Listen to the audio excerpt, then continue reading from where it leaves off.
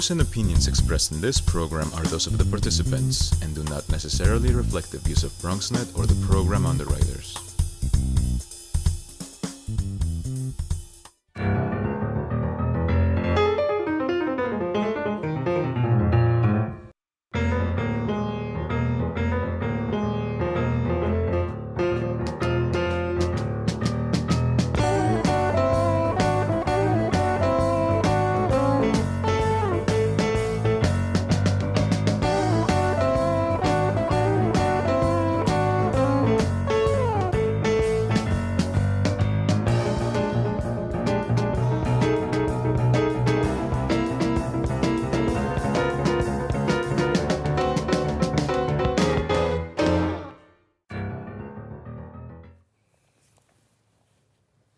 Good evening and welcome to BronxTalk.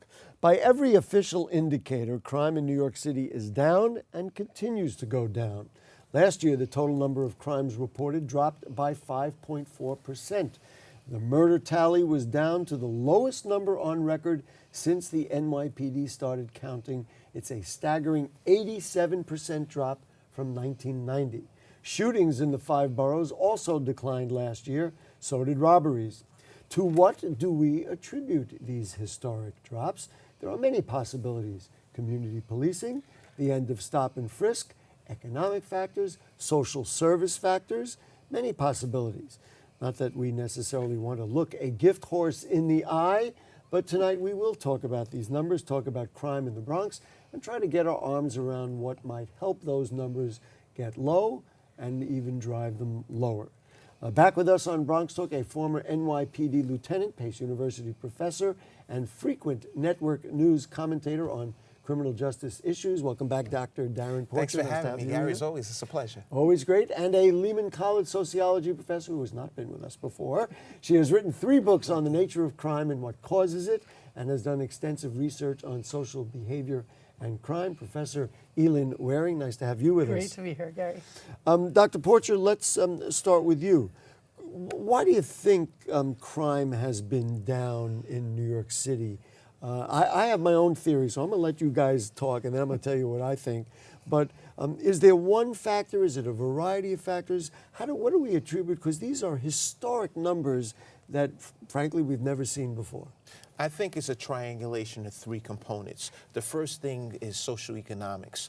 The economy has been bolstering as of lately. So whenever you see the economy doing well, crime traditionally falls. The second component is technological advancements. When I say technological advancements, I refer to cell phones and audio and video in businesses. The average New Yorker walks in the street and they're videoed and photographed roughly 100 to 200 times a day. Is that true? Wow. Yes, absolutely. Wow. If you think about it, every business... Who knew? Right. Thank goodness I'm wearing a tie. Every business that you go into has a security camera. When you walk down the street, there's security cameras. The NYPD has security cameras. So that, coupled with resources that police departments have, the triangulation of those 3 components have proved to cause a precipitous drop in crime. And so that's why we've had these drops in crimes, not just in New York City, but on a national level. Just to ask you about the whole notion of cameras, and I was sitting in this seat many years ago when it was introduced. Civil libertarians were very concerned about what are the cameras going to be used for. Will it only be for analyzing crime? Will they use it for some other intrusion? I don't believe that has taken place. Those cameras really, though, are for after the fact, aren't they? In other words, I realize in many places they can be preventative. Maybe in a bank they are used preventatively. But in most cases, if a crime happens, then after the fact we have a better chance to find out who it is. How does that prevent crime, or do you think it does prevent crime? Well, true. It is a reactionary means. However, it is a deterrent. It's a viable deterrent for criminals because it presents a level of omnipresence, so to speak. When we take in consideration these cameras that are retrofitted into the multitude of businesses that we have in New York City, street cams, etc., the primary focus is not to catch criminals. A lot of it evolves around civil lawsuits, things to that effect. Managers want to have a video of their workers, so to speak. So the initial function of these cameras was not from a law enforcement perspective. However, they have been used in the equation of extracting that information for law enforcement. The same holds true with cell phone data. How many times do you see something that happens on the street, and the first thing that people do is they break out the cell phones and they start recording? There's just a reflection of how the technological advancements are assisting. And yes, and then all of a sudden it gets in the news, et cetera, et cetera. And I do agree with you that viral videos. The expectation right now is that you will be photographed. I don't think anybody walks down a street in New York City and thinks, nobody knows what's going on. You could be on any street. There could be cameras anywhere. Professor, before we let you weigh in on the same thing, I want to show some of the numbers that I started with. So we have some of those numbers. Now this is of this year. Not only, earlier I talked about crime from previously. Let's put up some of those numbers. So in January, the first month came out, major crime down 7.6%. There were 7,484 major crimes compared with over 8,000 last year in January. Murders are down 16%. The numbers in 1 month, 20 as opposed to 24. Homicides down to their lowest level since 1951. Transit crime is down 9.5%.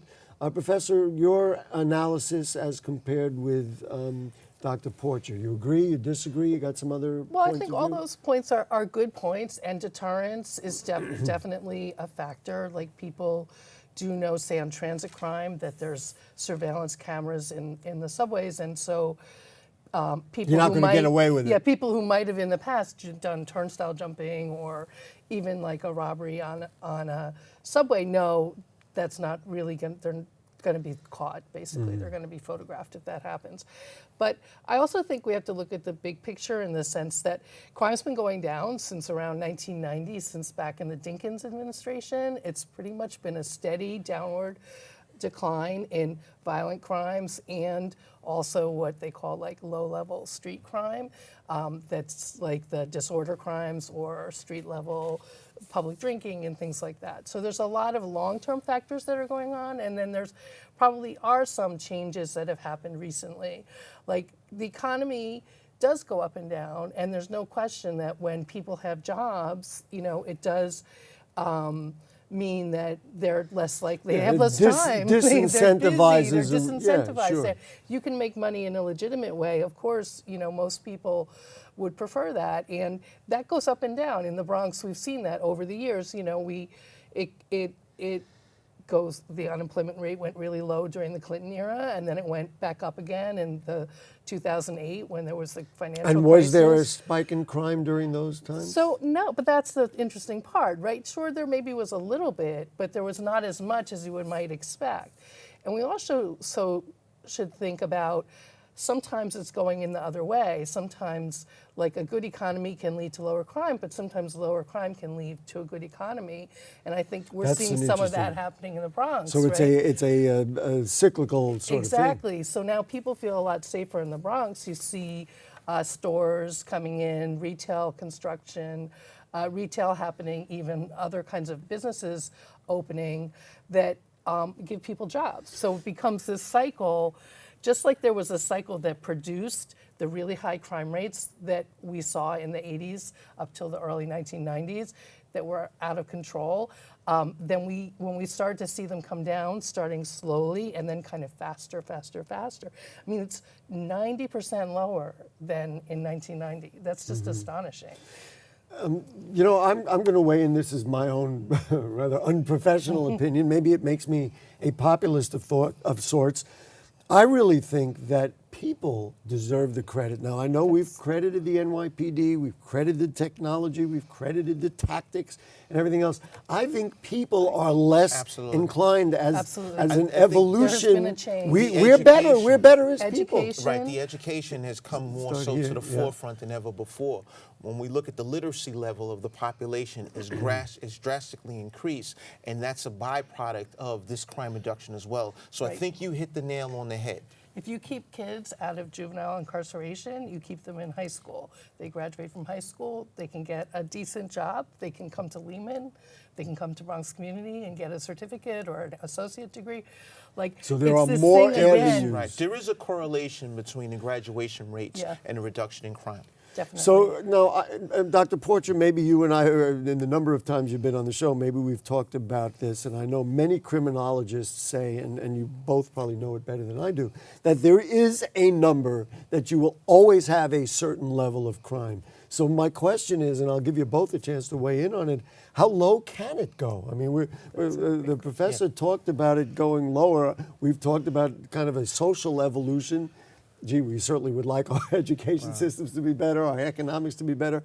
How low can we get here? And we certainly would all hope that it gets as low as possible. It's very difficult to quantitate that. What I do see happening as we're moving forward is the traditional crimes. When we look at the FBI's Uniform Crime Report, they have the 7 major felonies, and oftentimes that's the way an area, I want to say a city, a municipality is tracked in terms of crime trends. However, I think that that's becoming somewhat outdated, because when I think in terms of cyber crimes, they tend to be the more robust crimes that are occurring in our society, and that's not a crime. Those are not crimes that you see on this CompStat report nor the FBI's Uniform Crime Report. So when it goes back to how low can crime go, based on the sheets that we have, It's a great yes, conversation. we do see the crimes going down. But however, we see gradual increases in cybercrime. I take in consideration, Even though that's not going to show up in your, Right. No. I got the CompStat we page just right we here. always hear of the dark web, for example.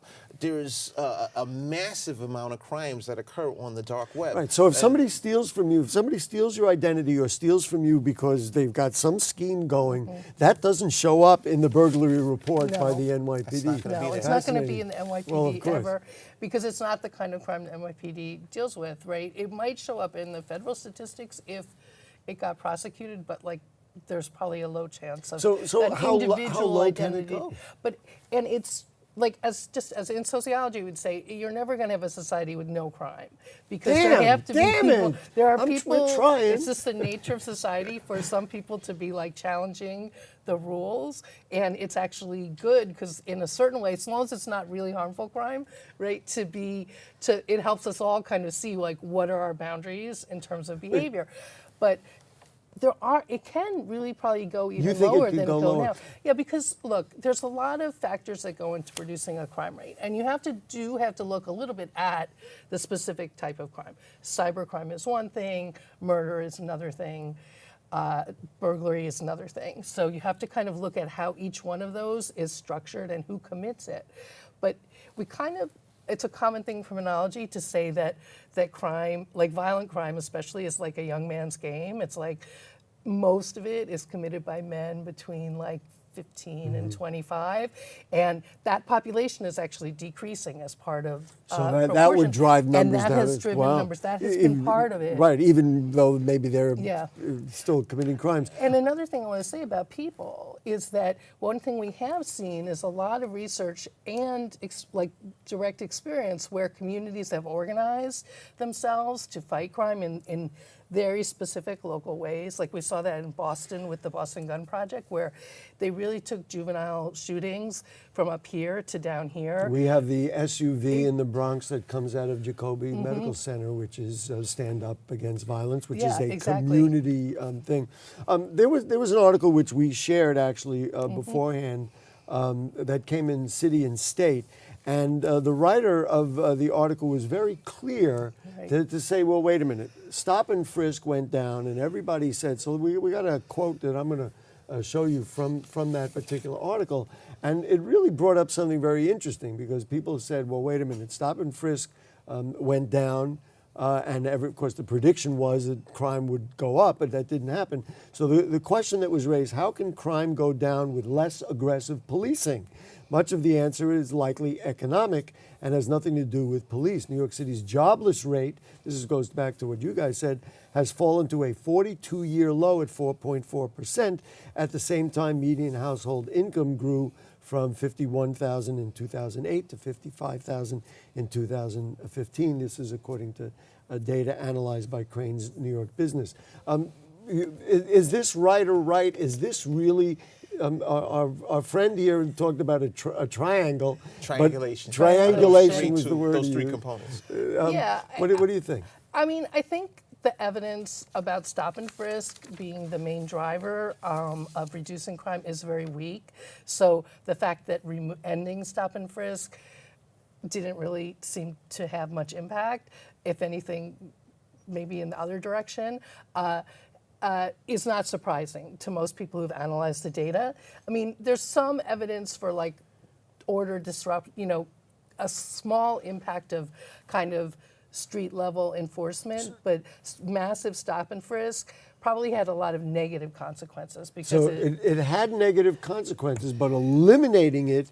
But what did you replace it with? If you replace it with smart. Well, community focused policing is the thing. Go ahead. You're referring to the Floyd versus the City of New York federal case against the NYPD, whereas there was no correlation between the number of stops and the reduction in crime. I do agree with that to a point because you had people, I want to say 80 to 90% of the population that was stopped they were people that weren't doing anything. They weren't carrying weapons. But I hear a lot of people say stop and frisk was eradicated. That's not true. Stop and frisk is something that emits from the Fourth Amendment, and it refers to a court decision referred to as Terry versus Ohio. Right. And Terry versus Ohio, all that does is states that an officer has the ability to stop and frisk someone if they believe that person has committed, is committed, or about to commit a penal or misdemeanor or felony. And the stop is merely to frisk that individual for weapons.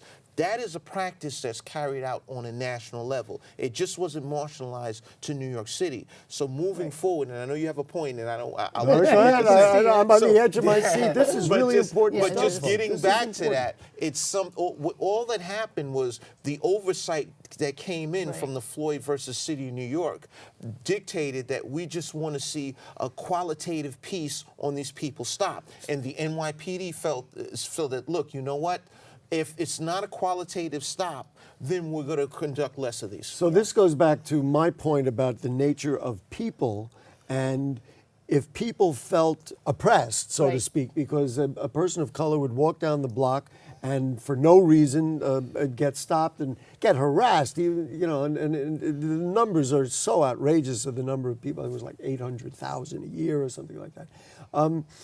If you eliminate that, do you create a mind that is more naturally cooperative with law enforcement? So then, therefore, people would be, as I was saying, people are doing better. They're less likely to commit crimes. This is key because one of the negative consequences of the massive stop and frisk practice that was happening, and other practices too, was to make it so that people in neighborhoods didn't trust the police, did not trust the criminal justice system. Right. They might be a crime victim, but their crime report would never show up in those statistics either because they don't believe the police are going to help them. So now that crime, now we're kind of in a new place in terms of levels of crime, police, how the police are acting. It's kind of a chance to say, let's heal that and make that relationship more like what it should be, so that where everybody's fighting crime, everybody's against crime. Right. If you're a crime victim, you feel safe and comfortable reporting that to the police, not that you're going to be harassed when you report a crime, or not that you're going to have your place searched when you report a crime. Let's build more cooperative relationships, and then that can really help us to take that next step, right? Because we're at this low level. Going even lower is going to be really challenging. But if we can kind of look at very closely at like what is happening in these cases, like now we have so many fewer murders, we can look at really like every murder, what went wrong? Like how come we didn't did we miss a sign in a domestic violence case? Like, was there police contact earlier where something could have been done to intervene that might have prevented that crime? Something. I just want to, I threw out the numbers. The numbers in 2011, there were 685,000 so-called stop and frisks. And 5 years later, it's down to 12,000. Yeah. So we've changed our tactics.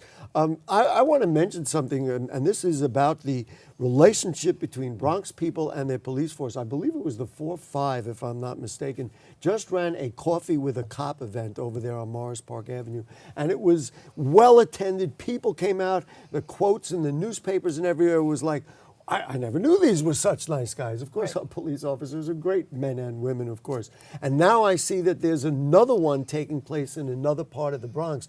I'm assuming you think this is so easy but genius and a way to get everybody on the same page. I mean, I understand it, and she touched on a collaborative strategy between police and community, and that's something that has been a proven success. We live in a city of 365 square miles, and at 365 square miles, we have 8.5 million people. 8.5 million people are being policed by a department of 38,000 officers. 38,000 officers pales in comparison to the intelligence that you can elicit from 8.5 million people. That's why it's of optimum importance for you to welcome that collaborative function between police and community to solve crimes. When we look at a lot of the crimes that have been solved in the past by citizens, just we go back to the Fazul Shahzad attempted car bombing in the early 2000s, where there was a street vendor that made the observation, and he alerted a mounted officer, and they came in, they were able to quickly extinguish this issue.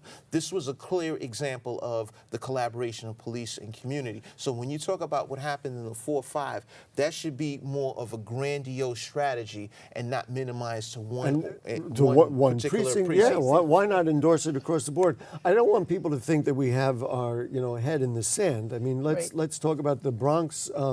The borough of the Bronx still struggling on some of its numbers. One of the ones that I pulled out, the borough accounts for 47% of the shootings citywide, which means there's still a terrible gun problem here in the Bronx. I guess two-part, and I'll give you each a whack at it. You first, Dr. Porcher. Why do you think we have the shootings in the Bronx? I mean, the availability of the guns is similar to elsewhere. And then, of course, what do we do? I mean, that's a really disturbing number. That kind of crime, is really disturbing. I don't know how else to say it. One of the components that I addressed with the triangulation was the socioeconomics. And when you look at the socioeconomics in the Bronx and compare it to the other boroughs, the Bronx is lower. But in addition to that, when you health talk about, as well.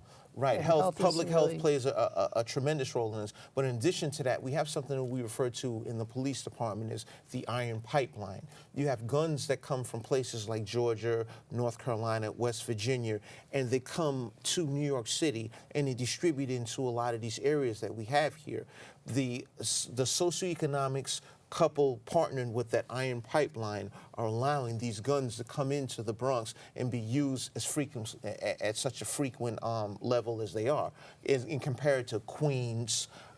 Even Brooklyn, what's unique about Brooklyn is you have the North and the South. Brooklyn South, you don't have the level of crime that you have in the North. But I know you want to transition into her. Yeah, but just I those, do. Just my summary. He of knows those me two. too well. Yeah. That's the problem. In synopsis, it's the iron pipeline coupled with the socioeconomics in the Bronx is what's causing this rise in shootings. I believe, and just from watching and talking to people and living here, of course, my whole life, that there is a level of desperation. And a gun crime is a desperate crime because you don't want to beat somebody up. You want to have the power and do something horrible. Right. So that would be my introduction to your analysis of Yeah, this. I would say it's true, and we know like a gun, if one thing that has happened at certain times is like the reduction of lethality. When someone's mad, if they have a knife rather than a gun, there's less lethality, and if they have a fist rather than a knife, there's less lethality. So part of it is there's gun shooting, like what's happening with it. Is it lethal? Is it injury, but with guns, it's going to be lethal a lot more often. Of course, more right? often. Of course. So now, but the pipeline, the issue of guns coming into New York, that's really a big issue, but it affects all 5 boroughs equally. So why is it happening here in the Bronx? I've already put out what I think a reason Well, is. I'm there tend is to be a social scientist Right. in these circumstances. And it's like there's a cultural thing. I mean, let me tell you about what happened in Boston with this gun crime reduction that happened. We don't have a ton of time, so get to it. Well, what they did was they brought the community together, but they also really did targeted they did a lot of identification of who are the people actually involved in gun violence. And they found, they looked at all the shootings over the previous year, and they found lots of gang shootings. That was the biggest thing, especially for gangs with young people. So then that lets the police, instead of doing this mass flooding of the neighborhood, like focus on the gangs. And they actually physically brought them in and said, look, we're stopping it. The next thing that happens, we're going to have a really intense crackdown. And then they followed and it through, did work? And it did work. Well, I want to move into something else. The city saw an increase in rapes in this month of January.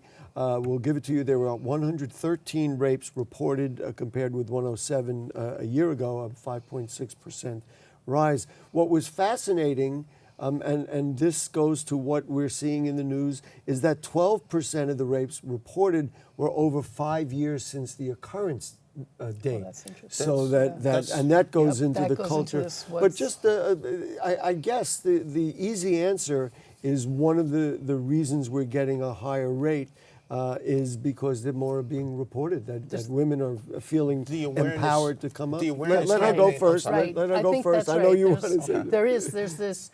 If there's been a change that says that you can report it and you're going to be believed, it's going to be taken seriously, just like someone reporting More so a than ever burglary, before, certainly. Like people report a burglary, no one says, I don't believe you. I don't believe you, right? If you report a rape, like the response is not, I don't believe you. So if that culture is changing, then people, yes, are going to report more. Go ahead. And this is going to be the final word. We could go forever, but Yeah. we're out of time. Go ahead. I think Harvey Weinstein was the Trojan horse to the That's Me right. Too movement, and what that brought about was an awareness that victims of sexual assault felt that they were comfortable in coming forward, whereas in the past, it was something that they felt that they would have been ostracized or they wouldn't have been taken seriously. They see men of power losing their positions left and right as a result of it, and I think that that's an attribute to the increase in these complaints against sexual assaults. Listen, I hope the next time we have both of you here, we're going to say the crime is so low that even we're surprised. I thought the number, by the way, was 5.9%, if I remembered correctly. That's what the criminologist stat on the number of people who are going to commit crimes. Dr. Porcher, thank you so much. As always, a pleasure, Gary. And Professor, thank you for Great to joining be us. here. Thank you. And folks, if you have further questions or comments on anything you heard on tonight's show or anything going on in the Bronx, then email them to us at BronxTalk@BronxNet.org. You can send us a tweet at BronxTalk or post them on our Facebook page, and we'll read them on the air during a future edition of the program. You can check out the archives at BronxNet.org. You can see all the times that Dr. Porcher was on our show in the past. You can do that by following the watch menu on the new BronxNet website. Tonight we studied the relationship of crime and the economy. Next week, a whole different type of show about the relationship between arts and the environment. So it should be interesting to see it then. Thanks to our producer, Helen. Our director is William. Good night. Stay safe.